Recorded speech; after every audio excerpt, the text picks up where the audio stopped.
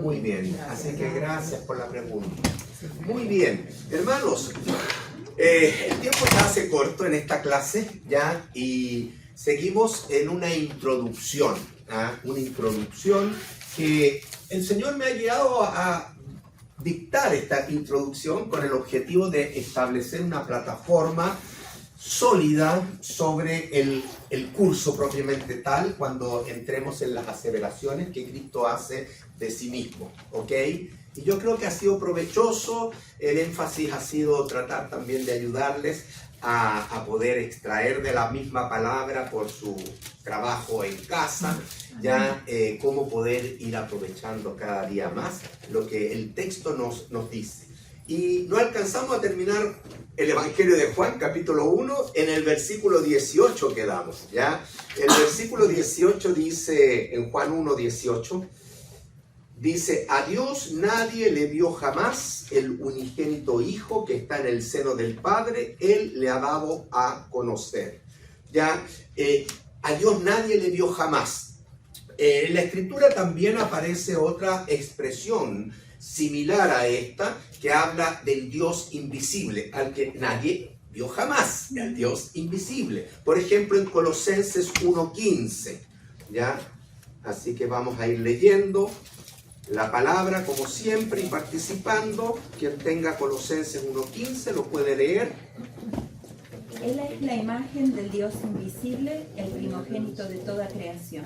Bien, aquí nos habla de un Dios invisible, lo mismo que Juan capítulo 1, versículo 18. A Dios nadie le vio jamás, es un Dios invisible, pero Cristo, porque está hablando todo el contexto de Colosenses de Cristo, Cristo es la imagen, quien refleja, quien revela a ese Dios que nadie ha visto, ya el primogénito de toda creación, es decir, la cúspide de toda creación, porque Él es Dios que nos visitó ya haciéndose hombre, haciéndose hijo de hombre, haciéndose carne. Primera de Timoteo 1:17, otro versículo para compartir. Todos yo los anoto acá, después ustedes pueden tomar una foto y repasan la lección. Además nuestro hermano Mitchell tiene esas grabaciones que pueden servir, especialmente a quienes también no pudieron hoy día asistir, como tenemos el caso de Felipa, que está en Miami. Así que así aprovechamos todas las lecciones. Primera de Timoteo 1 y el versículo 17, ¿qué dice? Dice, por tanto, dale. Por tanto, al Rey de los siglos, inmortal, invisible, al único y sabio Dios, sea honor y gloria por los siglos de los siglos. Amén. Nuevamente, acá está hablando del Señor Jesucristo. Está claro el contexto. Le llama el Rey de los siglos, inmortal, ¿ya? Inmortal, invisible. Nuevamente en Timoteo aparece este término invisible, al único, y le llama sabio Dios. Lo menciona clarito como sabio Dios. Sea honor y gloria por los siglos de los siglos. Amén. Si usted ve el contexto, desde el versículo 15, está hablando de Cristo Jesús, que vino al mundo a salvar a los pecadores, de los cuales, dice Pablo, yo soy el primero. Entonces el contexto habla de Cristo, y aquí en ese versículo que está hablando del Señor Jesucristo, lo menciona como invisible, como el único Dios verdadero. Hermano, impresionante lo que la Biblia nos revela del Señor. El versículo 18, estamos en Juan 1:18, ya queda claro este Dios que nadie le vio jamás, el invisible, pero Cristo es la imagen del Dios invisible, el unigénito Hijo que está en el seno del Padre. ¿Qué significa esta frase, el unigénito Hijo que está en el seno del Padre? ¿Qué le llama a usted esa frase? ¿Único? El unigénito Hijo, el único. Hicimos una diferencia, los ángeles hijos de Dios creados, nosotros hijos de Dios adoptados, pero Él es único, no es creado, es eterno, habla de eternidad. Este término habla de la preexistencia y de la eternidad del Señor Jesucristo, que va asociado a revelarlo como el Dios hecho carne, el Dios que nos visitó, el unigénito. Pero la otra frase dice que está en el seno del Padre. ¿A qué le llama esa frase a usted como interpretación?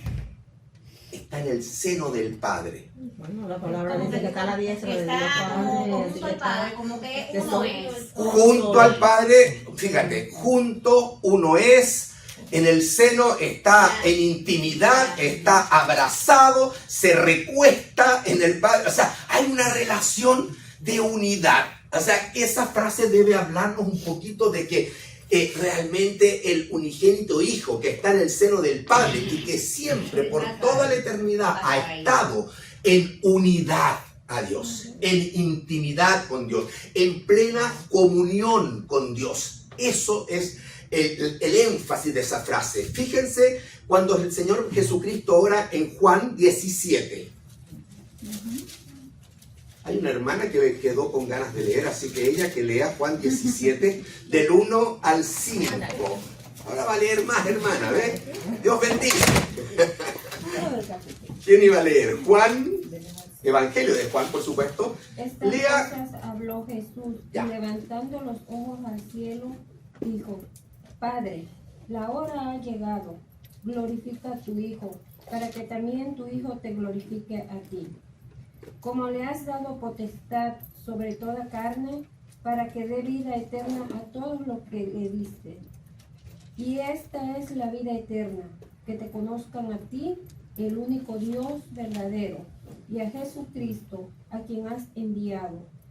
Yo te he glorificado en la tierra, he acabado la obra que me diste que hiciese. Ahora pues, Padre, glorifícame tú al lado tuyo, con aquella gloria que estuve contigo antes que el mundo fuese. Este capítulo 17 es un capítulo espectacular del Evangelio de Juan. La oración del Señor Jesús, ya previo a ir a la cruz del Calvario, ¿ya? Y está orando al Padre. Y el versículo 5 dice, ahora pues, dentro de mucho de lo que leyó mi hermana, ya dice el 5 para resumir, ahora pues, Padre, estoy a punto de ir a la cruz. Glorifícame tú para contigo con aquella gloria que tuve contigo antes que el mundo fuese. O sea, nuevamente ahí el Señor Jesucristo está haciendo énfasis en la unidad, en la intimidad, en la comunión que tuvo con Dios y dice antes que nada existiera.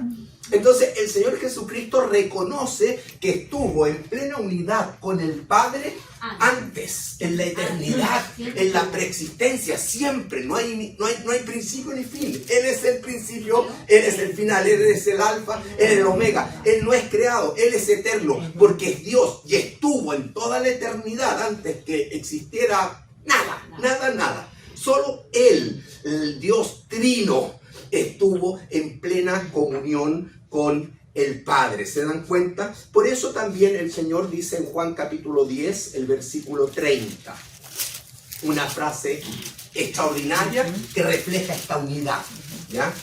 Juan 10, 30. ¿Quién lo tiene? Ya, hermana, lee. Yo y el Padre uno somos. Bien cortito el versículo, pero profundo. Jesús dice, yo y el Padre uno somos. Está diciendo que tienen la misma sustancia, que es Dios. El Señor Jesucristo, ya enfrente a la vista de tanta gente en aquel entonces, se podía desviar la gente diciendo es un hombre. No. El Señor Jesucristo dice, no se dejen influenciar por la apariencia que está delante de sus ojos, porque yo sé que me ven como hijo de hombre, pero yo no soy solo hijo de hombre, soy hijo de Dios, porque yo y el Padre uno somos, tenemos la misma sustancia de eternidad a eternidad. ¿Se da cuenta? Así que es un pasaje que revela de labios del Señor Jesucristo la absoluta divinidad de nuestro Señor Jesucristo. Absoluta divinidad. Hermano, teniendo en mente, ¿ya? Porque si se dan cuenta, la clase se centró en la unidad del Padre y el Hijo. La unidad, la comunión de eternidad a eternidad. Ya teniendo en mente este concepto de unidad, yo quisiera mostrarle lo que pasó en la cruz. A lo mejor no lo ha visto, o a lo mejor sí. quizás comenzando ya desde el Getsemaní, cuando el Señor Jesús se comienza a angustiar. Y el Señor Jesús ora al Padre ahí en Getsemaní, en el monte de los Olivos, ya donde es arrestado. Ora y es arrestado. Y de ahí ya viene ese juicio ilegal en aquella noche. Y al otro día ya el Señor Jesucristo está en la cruz. ¿Estamos? ¿Está claro? Eso lo vamos a ver en Marcos capítulo 14. A veces el Señor me guía a quizás desviarme un poco del tema, porque hay temas que quizás en el consenso general de la gente, y que podría también estar en el consenso de algunos creyentes, hay errores en su concepción. Entonces hay que aclararlo con la palabra de Dios. Vamos a Marcos ahora, al capítulo 14, el versículo 34 y 36. Dice así: el Señor está orando en Getsemaní, acuérdense, previo al arresto, ¿ya? Poquito tiempo, minutos antes del arresto. Versículo 34, les dijo a los discípulos, ya a Pedro, a Jacobo y a Juan específicamente: mi alma está muy triste hasta la muerte, quedaos aquí y velad. Yéndose un poco adelante, el Señor Jesús se postró en tierra y oró que si fuese posible pasase de él aquella hora. ¿Ya? Muchos malinterpretan esto y lo relacionan como que el Señor Jesús tuvo un momento de debilidad, producto quizás al temor al sufrimiento, al temor a los latigazos, a la corona de espinas, a los clavos, a la cruz. Muchos creen eso. Yo lo he escuchado en gente que no tiene un conocimiento bíblico. Ojalá que usted hoy día lo aclare si es que también lo tuviera, ¿ya? Pero dice en el versículo 36, y decía en su oración, Abba Padre. La relación de él con su padre es una relación de mucha unidad, de mucha intimidad, de mucha confianza. Le llama papito, ¿ya? Abba Padre, todas las cosas son posibles para ti. Aparta de mí esta copa, mas no lo que yo quiero, sino lo que tú, que no se haga mi voluntad, sino la tuya. Pero si es posible, yo quisiera que no sucediera lo que está a punto de suceder en la cruz. ¿Qué es lo que va a suceder en la cruz? Sería la pregunta. ¿Qué es lo que le preocupaba tanto al Señor Jesús? ¿Es realmente un susto, un temor, un miedo por el sufrimiento físico? No. No. Se hizo pecado, que se hizo pecado. Eso le afectaba, porque tenía una consecuencia al momento que él se hiciera pecado. Y Jesús lo sabía. ¿Cuál era la Se consecuencia? alejaría De Dios. Eso.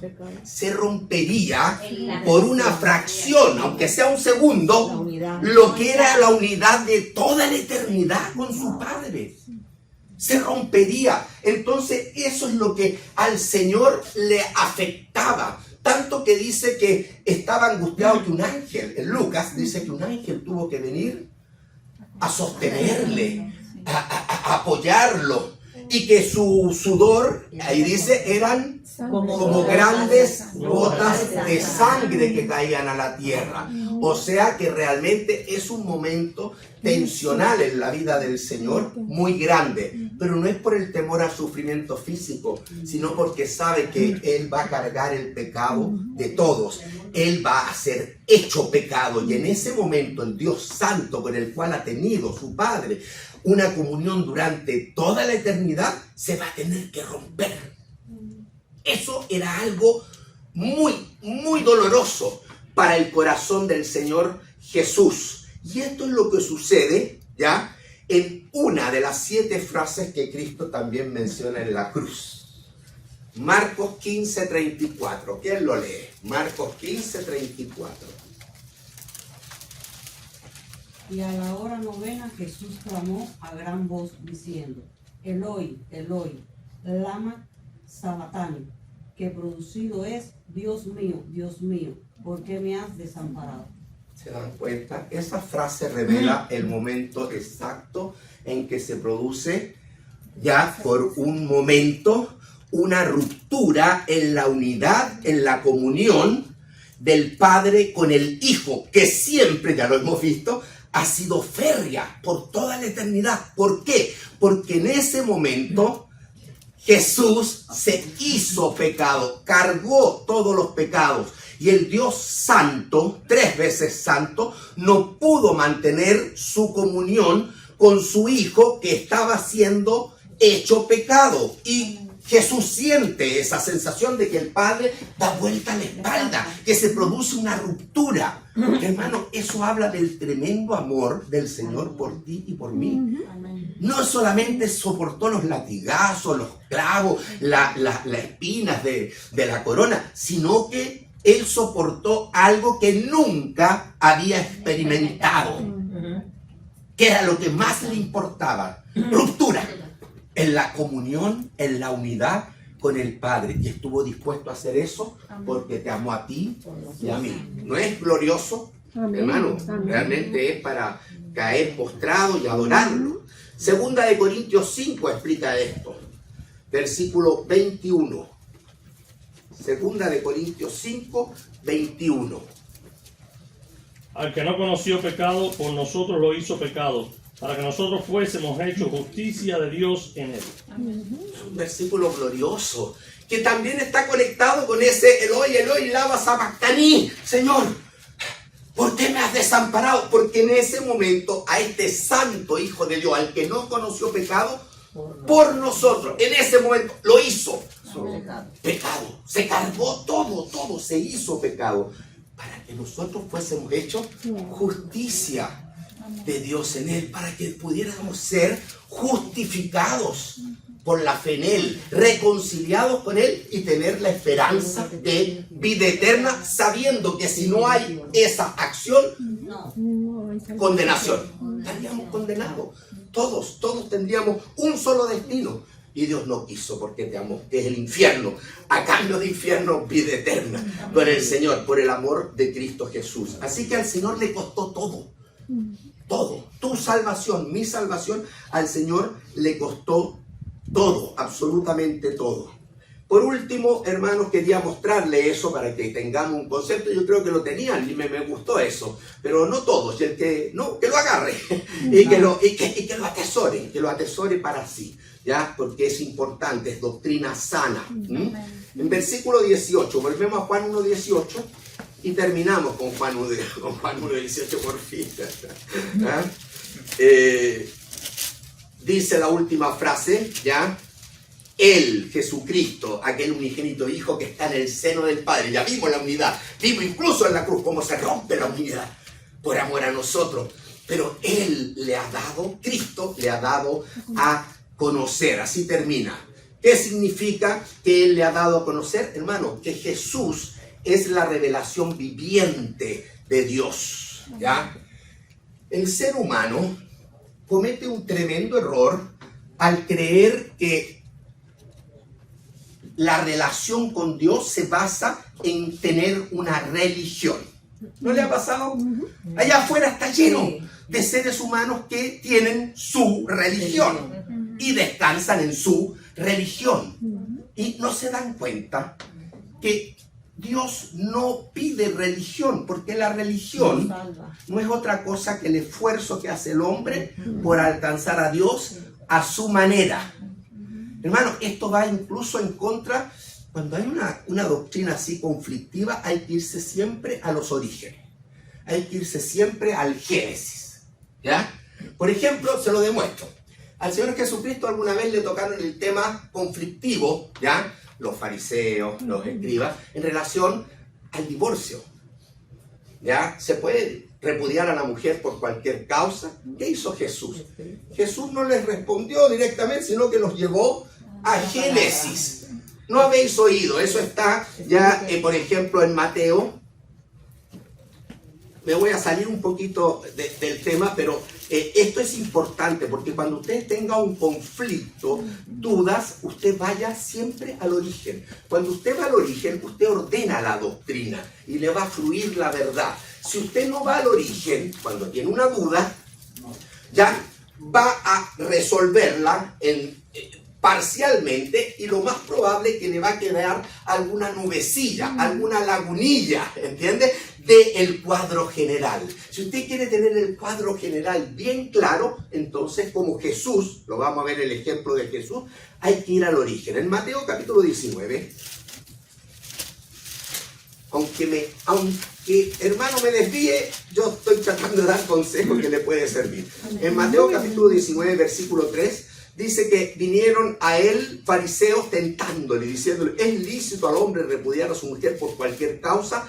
Él respondiendo los dijo, ¿no habéis leído que el que los hizo al principio? ¿A dónde se va Cristo? Al principio. Se va a Génesis. ¿No habéis leído que el que los hizo al principio, varón y hembra los hizo? Y dijo, por esto el hombre dejará padre y madre, se unirá a su mujer, y los dos serán una sola carne. O sea, mencionó Génesis 2:24. Lo llevo allá. ¿Ya? Entonces, hermano, esa es una enseñanza importante. Ahora, yo decía, el hombre, en lugar de querer relacionarse a Dios al modo de Dios, y el modo de Dios es revelación, es que Él toma la iniciativa de darse a conocer. Él toma la iniciativa, Dios toma la iniciativa y dice, hijo mío, conóceme. Te deja una carta de amor que se llama Biblia y envía a su Hijo Jesucristo, que muestra, que nos da a conocer al Padre. Entonces uno, para conocer a Dios, tiene que encaminarse en la forma que Dios quiso darse a conocer, no en mi forma. La gente de afuera tiene su forma y se crea en su forma a un Dios a su imagen. O sea, una contradicción. Yo por eso que me iba al origen, porque sucede que en Génesis 1:26 dice que Dios creó al hombre a su imagen y semejanza, y este hombre, lleno de orgullo, soberbia, lleno de engaño, que es el terreno de Satanás, ya crea a Dios a su imagen. ¿Cómo se le ocurre al hombre crear a Dios a su imagen? Entonces yo lo moldeo a como me conviene. Eso es la religión. Pero nosotros no predicamos. ¿Entendió la diferencia? Nosotros no predicamos una religión. Nosotros ya nos sometemos a la palabra de Dios y vamos a conocer a Dios conforme a como Él se ha dado a conocer. Y yo veo que Él lo que quiere es una relación. Entonces yo entro en una relación con Él y me someto como criatura creada a imagen de Él. Yo me someto a Él. No es que yo lo someto a Él, a mi principio, a mi pensamiento, a mi conveniencia. ¿Se dan cuenta? Esa es una pequeña diferencia que usted debe tener claro de lo que es religión, porque afuera usted se va a encontrar con gente religiosa. Quizás explicándole esto usted le puede abrir un poquito los ojos. Por eso es que estoy compartiéndolo, para que usted tenga más herramientas, ¿ya? Porque este curso es evangelístico, y es un curso donde lo está preparando usted sin que se dé cuenta, como con herramientas para que después pueda presentar defensa y evangelizar a aquel que está perdido, porque esa es la voluntad de Dios. Amén. Ya, hermano, entonces quería mostrarles solamente eso, ya, básicamente eso. Ya hay que ir entonces al origen. Y el origen habla de que Dios creó al hombre y no el hombre crea a Dios. Y el religioso crea a Dios. Es como el hombre creando a Dios. Esa es la religión. Pero esta es revelación. Entonces, Él le ha dado a conocer, significa que Jesús es la revelación viviente. ¿Ya?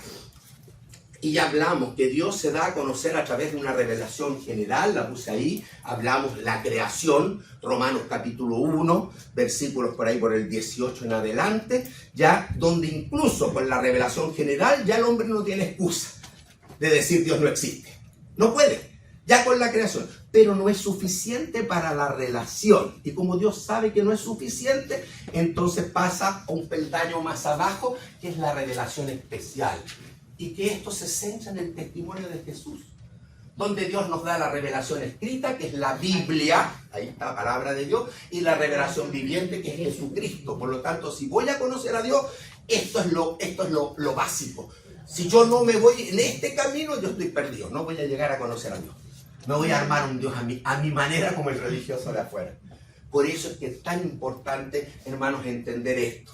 Y Él le ha dado a conocer. De hecho, hay otro pasaje en Juan, capítulo 14, volvemos a Juan, ya que estamos muy en el Evangelio de Juan, el capítulo 14, él está hablando ahí, ya primero sale en el diálogo Tomás, ya, y que le dice que le muestre el camino. Y ahí viene el Señor Jesús con un yo soy que ya vamos a analizar. Yo soy el camino, la verdad y la vida. Nadie viene al Padre sino por mí.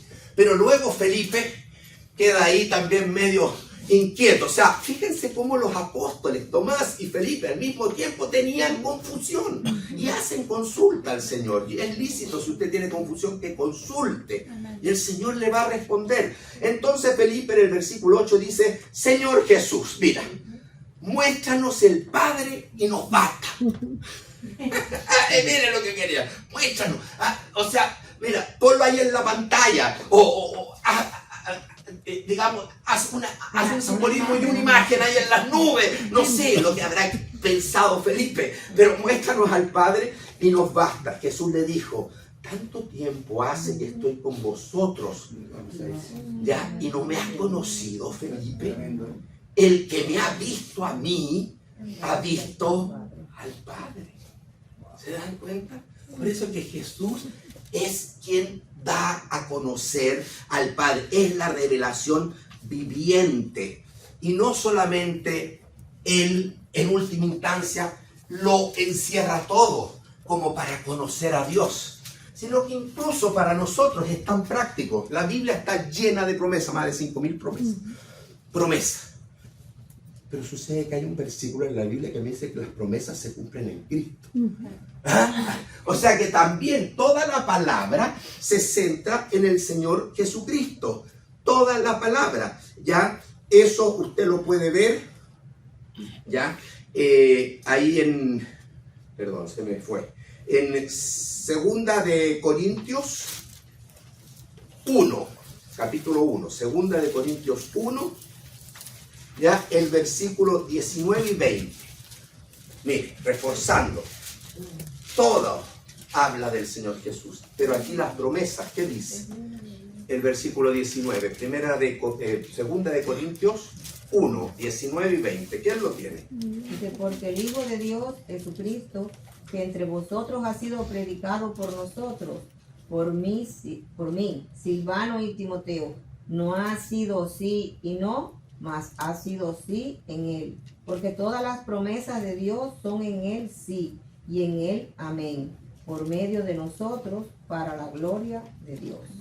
Fíjense ese versículo, qué lindo, ya, porque nos da una seguridad de que todas las promesas del Señor se cumplen en Cristo. Él las permite para nosotros. Así que, hermano, usted no puede dudar cuando en la Biblia, en los Salmos, ve una promesa. Ya, esa promesa Dios se la entrega y es seguro que se va a cumplir porque Dios no miente. Y todo se cumple en Cristo, porque Él es la revelación de Dios para cada una de nuestras vidas, ¿ya? Por eso es que estamos estudiando el testimonio de Jesús, ¿ya? Porque deseamos conocerle. ¿Se acuerdan la primera clase? Para que conociéndole le amemos, para que amándole le creamos y para que creyéndole le obedezcamos. ¿Por qué? Porque creyéndole habla de fe, pero la fe sin obras es muerta. Por lo tanto, la fe tiene que tener un ejercicio activo y el ejercicio activo se llama obediencia. Se llama obediencia. Por eso que nosotros, si decimos de palabra que creemos, hermanos, tenemos que obedecer al Señor. Obediencia al Señor. Eso es, en última instancia, nuestra fe expuesta en acción. Y hablando de fe, hay un capítulo en la Biblia que es el capítulo de la fe. ¿Cuál es el capítulo de la fe en la Biblia? Hebreos 11. Vamos, Hebreos 11. Vaya Hebreos 11. En Hebreos 11, usted lo que encuentra como capítulo en la fe, por supuesto, primero la definición de fe en el versículo 1, es la fe, la certeza de lo que se espera, la convicción de lo que no se ve. ¿Ya? Perfecto. Definición de fe. Y luego los ejemplos. Y ahí aparece, usted va a encontrar a un Abraham, bueno, va a encontrar a un Moisés, va a encontrar profetas, va a encontrar muchos grandes héroes de la fe. Amén. Pero el capítulo 12 concluye con el héroe máximo de la fe. Ese es Jesucristo. Hebreos 12:2. Esto sigue. ¿Ya? Es verdad que nosotros para ordenarlo, los hombres le pusimos capítulo y como que pensáramos que es separado, pero no. Esto va, sigue. Así que el 12:2 está siguiendo al 11 y después de mostrarme el capítulo de la fe, ¡pum! Me dice, puesto los ojos en Jesús, el autor y consumador de la fe. Y me agrega algo más. Aparte de ponerme a Cristo en la cúspide de todos estos héroes de la fe, Él es lo máximo porque es el autor y es el consumador de la fe. Me dice que Él, por el gozo puesto delante de Él, sufrió la cruz. ¿Cuál fue el gozo puesto delante de Él? ¿Sabe cuál fue el gozo puesto delante de Él? Haber muerto. Él vio a Rolando y lo amó tanto que se llenó de gozo de poder salvarlo y hacerlo su hijo, y no le importó entonces sufrir el oprobio. Es por amor a cada uno de nosotros. Él supo, porque es el Dios omnisciente. Él supo antes de ir a la cruz ya de que valía la pena sufrir todo eso, porque le produjo gozo ver a una Graciela salva, ver a una Viviana salva, ver a un Carlos salvo, ver a cada uno de ustedes salvo. Por el gozo de ver la salvación de sus hijos, Él menospreció la cruz. Amén. Hermano, dése cuenta cuánto amor tiene el Señor para con nosotros. Ahora, hay muchos motivos por el cual estamos enseñando este curso. Ya dije, para conocerle, para amarle, para creerle y para obedecerle. Nunca lo olvide, ¿ya? Pero también estamos en este curso porque allá afuera, ya he mencionado varias cosas de creencias de allá afuera. Afuera hay religiones, hoy día mismo lo dije. ¿Ya? Allá afuera hay muchas opiniones distorsionadas sobre quién es realmente el Señor Jesús. Y yo quiero decirle que a Dios le interesa, ¿ya?, que todos tengan un concepto verdadero de quién es el Señor Jesús. Es más, al Señor Jesús también le interesa saber cuál es el concepto que cada ser humano tiene de Él. ¿O no? Sí. Mateo capítulo 16. Ya, vamos a Mateo capítulo 16. Es que yo creo que si cada persona entendiera esto así, como lo estamos entendiendo aquí, yo creo que caería todo el mundo rendido ante Él. Pero para entender eso, Por eso tenemos que arrepentirnos, tenemos que ser tocados por el Espíritu y buscar de Dios, de su palabra, de su verdad. Amén. Y trabajar y servir. Trabajar y servir. Porque si Quizás no tenemos mucha gente. Tú quisieras que todo el mundo viniera acá y escuchara estas clases, clarita la palabra de Dios, pero si todos cayeran. tengo muchos Se amigos supone. católicos que dicen, yo creo en Dios, yo no necesito ir a la iglesia para creer en Dios. Claro. Dice, porque tú crees en un Dios de acomodamiento. Es el Dios que tú has creado, tú no estás con el Dios de verdad. El Dios de la palabra, el Dios que se revela. Hay que mostrar esa diferencia que mencioné. Sí. Ya, la gran diferencia entre ser religioso y ser un hombre que se somete a la revelación. ¿Saben qué me ¿Ah? dijo? Un religioso. ¿Sí? Ayer, cuando Anoche. fue anoche, ¿Ah? está en México y hablando porque se hacía santo, se hacía otro, dice, pero qué bien te ha ido que siempre tú hagas. Le dije, porque Jesús me liberó, me sacó, esto, otro. Y empezamos a hablar y dice, no, pero la creencia tú no es muy grave. Dice, no, yo oí un dicho que el agua le dijo a la candela que era más fuerte y después el agua le ganó y después de que el agua que le habló a la tierra y la tierra le habló al sol y el sol le habló, después dice, y después vino Satanás y le habló al sol que era más fuerte y ese hombre, Satanás le dijo, sí, hasta un día que maté a un hombre y el tercer día resucitó. Ese hombre le dijo, sí. Es tremendo diciendo. Tienen sus faulas, ya. Como diciendo, lo que me está diciendo es lo real, vamos a ver cómo se quedó callado, no habló una sola palabra, se quedó mudo, pero clame alguna palabra. Sí, pero no lo internalizan, o sea, no lo analizan, no lo internalizan. Pero yo pienso que ese muchacho... Todos tenemos esa lucha, hermana, y hay que, hermano, hay que seguir con el mismo amor del Señor y con la misma esperanza, presentando al Señor, pero con la gracia de Él, en mansedumbre, ya, y no entrar en grandes conflictos de pelea, porque a veces sacan de quicio, de la paciencia se nos agota, pero tenemos que depender del Señor y seguir amándolo y mostrando con hechos y con palabras que el Señor realmente les ama. Ese trabajo lo hace el Espíritu Santo Amén. también. No Claro, somos por eso hay que nosotros. orar por ello. Hay que orar primeramente. Hermano, usted tenía la manito levantada. No, de todo lo que estamos analizando, yo estaba recordando, yo estudié muchos años con los testigos de Jehová y uno de las cosas que ellos tienen para no creer en Jesús es lo mismo que estábamos analizando cuando Jesús oró al Padre. Entonces ellos dicen que si Jesús es Dios y que no es que no es un ser criado porque él oraba a Dios. Entonces yo estuve muchos años y ellos me insistían, pero como usted dijo, la religión te quiere imponer. Claro. Pero así tú tengas el conocimiento que tú tengas erróneo y si el Señor sabe que una persona está en una secta, pero está de corazón queriendo, en mi caso, que yo estaba realmente, yo empecé a estudiar todas las religiones, los mormones, todos los adventistas, porque yo decía, ¿por qué hay tantas religiones? Y ellos me insistían en que me bautizara y yo les decía, no, porque yo necesito algo, hay algo que yo necesito.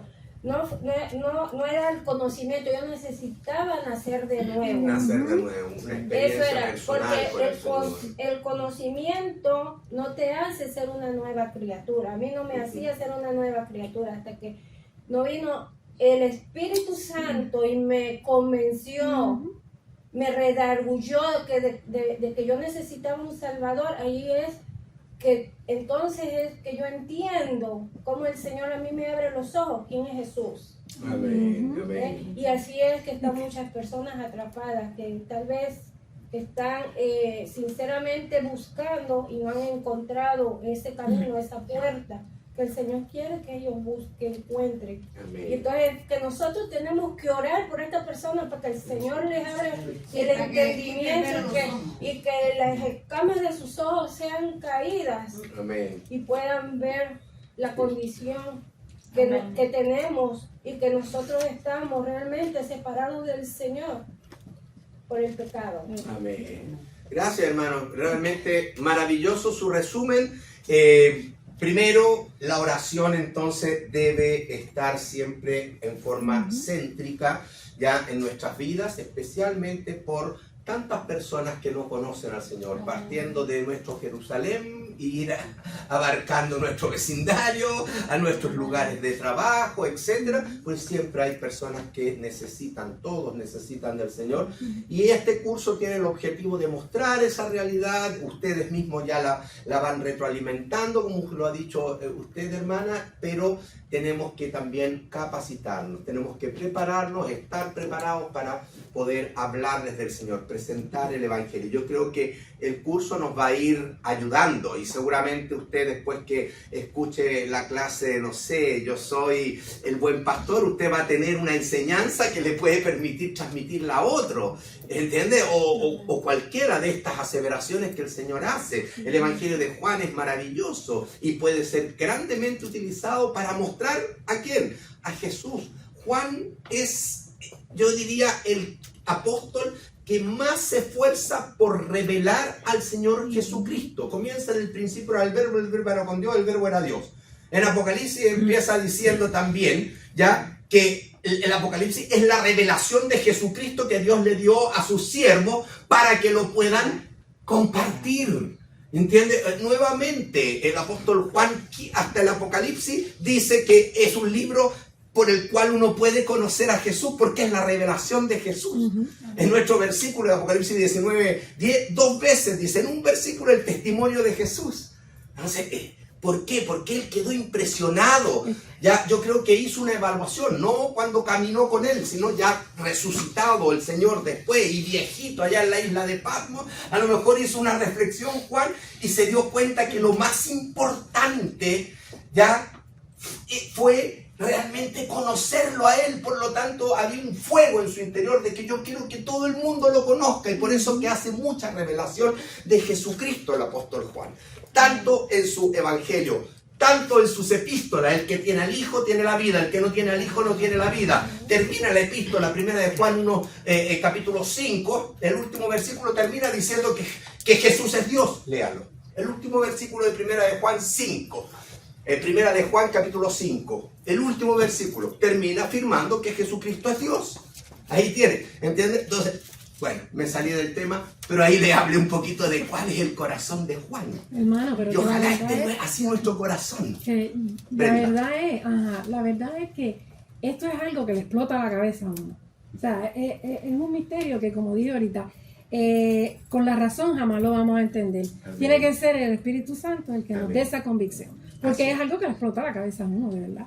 Si uno lo razona. Es algo increíble. Sí, es increíble, es algo increíble. Pero tenemos que dar, dice el Señor, tenemos que dar razón de la esperanza. O sea, hay que transmitir un mensaje que va a la mente. Claro. Porque la persona tiene que entender. ¿Es suficiente? ¿Estoy de acuerdo contigo? No, porque nadie se salva por la sabiduría del hombre. Más bien, en la sabiduría del hombre, el hombre se pierde. Y Dios ha enloquecido la sabiduría del hombre. Se salva por la locura de la predicación. Se salva por la locura del evangelio. Pero esa es una obra espiritual. Pero el hombre necesita tener un conocimiento mental básico de estas verdades, y cuando la tiene, usted cuando se convirtió, usted no cometió un suicidio intelectual, usted entendió lo que pasó y le llegó porque el Espíritu Santo utilizó esa enseñanza en su mente, le afectó su corazón y usted cayó a los pies del Señor. Su voluntad se quebró y usted se arrepintió y aceptó a Cristo como Salvador. Y entonces comienza el nuevo nacimiento. Amén. A mí me pasó así, yo estoy relatando un poco mi testimonio, ¿ya? Sí, así es. Yo me convertí al Señor hace muchos años, ¿ya? Porque por primera vez un caballero con corbata y al frente me hizo escuchar la palabra de Dios por una invitación, ¿ya? Y el versículo que me reventó, adivine cuál fue. Lucas 19:10. Porque el Hijo del Hombre vino a buscar y a salvar lo que se había perdido. La historia de Saqueo. Mire, a mí el Señor me puso el espejo. Yo me miraba en mi espejo y me encontraba lindo, estaba perfecto. Me portaba bien. El Señor me mostró el espejo que yo era un pecador. Me mostró en el espejo de Dios. Me mostró. Y cuando me mostró y entendí la obra de Cristo que vino por amor a mí a buscar y a salvar. Yo soy el perdido. Yo estoy extraviado de Dios. Yo tuve que reconocer eso. Y tú igual, seguramente con otro versículo, otra historia, otra circunstancia, pero es así. Entonces, de ese momento uno nace de nuevo. Y esto tenemos que transmitirlo allá afuera. Bueno, ya me estoy quedando corto de tiempo, queridos hermanos. Yo quería mostrarles algo en relación a Mateo. Lo vamos a dejar para la próxima, ¿ya? Pero sí voy a decirle algo, ¿ya? Al Señor Jesús le interesa saber cuál es la opinión que usted tiene de Él. ¿Cuál es la opinión que tiene Juanito, Pepito y cualquier ser humano que está allá afuera? También le interesa, ¿ya? Y eso es lo que vamos a ver en Mateo, ¿ya? Pero lo vamos a dejar para la próxima vez en Mateo 16. Sí le puedo contar también, ya que estamos en testimonio, incluso le hice ver un poco el versículo de mi salvación, testimonio, eso es testimonio, ¿ya? La verdad es que quiero contarle de una persona que a mí también me impactó, y hoy día me impacta más. Él ya es un escritor cristiano muy prolífero. Su especialidad es la consejería y la apologética, es decir, esos son los libros que usted encuentra de este autor. Este autor se llama C.S. Lewis. Y ahora van conociéndole. C.S. Lewis se caracterizó hoy día por escribir ya para el pueblo de Dios literatura para consejerías, muy buenos los libros de consejería y también el libro de defensa del cristianismo, ¿ya? Él, antes de ser cristiano, se identificaba como un escéptico, como un agnóstico, y principalmente negaba la divinidad de Cristo. Y estoy hablando de un hombre bien preparado como inconverso. porque fue profesor de la Universidad de Oxford en Inglaterra. La Universidad de Oxford está dentro de las Harvard, está dentro de las importantes a nivel del planeta, de todo el mundo. Él era profesor de la Universidad de Oxford en Inglaterra, de gran prestigio, y en ese momento como profesor, él se declaraba agnóstico, se declaraba ateo, se declaraba totalmente escéptico porque no le podía caber la divinidad de Cristo, ¿ya? Y por muchos años estuvo en esa situación, pero por la gracia del Señor, igual como usted, él se convirtió al cristianismo y él escribió un libro que se titula Defensa en favor del cristianismo. Después de convertido, entonces él escribió un libro de defensa, de apologética, defensa en favor del cristianismo. Y en un párrafo de ese libro, y yo le voy a leer un párrafo de ese libro, dijo lo siguiente, escuche bien. Él dijo, un hombre que fuera solamente un hombre y dijese las cosas que Jesús dijo, no sería un gran maestro de moral. O sería un lunático con delirios de grandeza, o sería el mismo diablo del infierno. Y usted debe decidir. Eso dice el libro. O él, Cristo, fue el Hijo de Dios, o era un loco o algo peor. Usted puede tacharlo de demonio, o puede caer a sus pies y llamarlo Señor y Dios, como Tomás cuando lo ve resucitado al Señor. Tiene dos opciones, según él, eso es lo que escribe. Usted puede o lo tacha de loco, de demonio, o cae a sus pies como el verdadero Señor y Dios. Pero les dice a los intelectuales, pero no venga con un aire de superioridad, no venga con un aire de superioridad a decir que él fue un gran maestro de moral. No me lo ponga en la misma escala de Mahoma, de Gandhi, de Confucio, de esto. ¿Ya? No me lo ponga ahí, está diciendo él. ¿Ya? ¿Por qué? Porque él, Jesucristo, no nos ha dejado esa alternativa. Cristo, y con las aseveraciones y con lo que estamos estudiando, Cristo nunca dejó la opción de que usted lo tuviera como lo tiene el mundo que no lo conoce, como un filósofo más, un maestro moral más, un buen hombre, un mártir, muchos conceptos confusos de Jesús. Pero si uno va a la Biblia, uno se da cuenta que Dios, el Señor Jesús, no dejó esa alternativa que el mundo tiene. Es la única alternativa que nos da, es que Él se revela como el Dios hecho carne. Él es Dios y se revela como Dios, no como un maestro más, ni meterlo en el grupo del resto de los hombres espirituales de este mundo, reconocidos por el mundo. Él no nos ha dejado esa alternativa. Amén.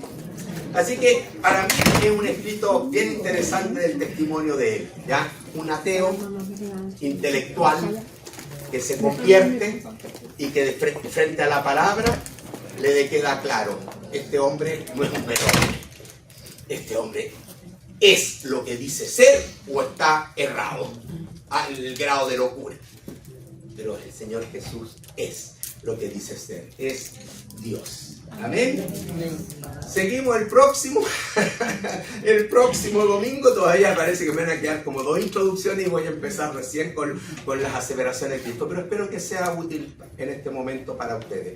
Gracias por las tareas, ya las vamos a revisar. ¿Y qué tarea les podemos dejar para esta semana? Mire, yo creo que viendo la introducción 1, 2, 3 y 4, yo creo que con la escritura hemos visto bastante como para que usted pudiera hacer un escrito para la próxima semana, ¿ya?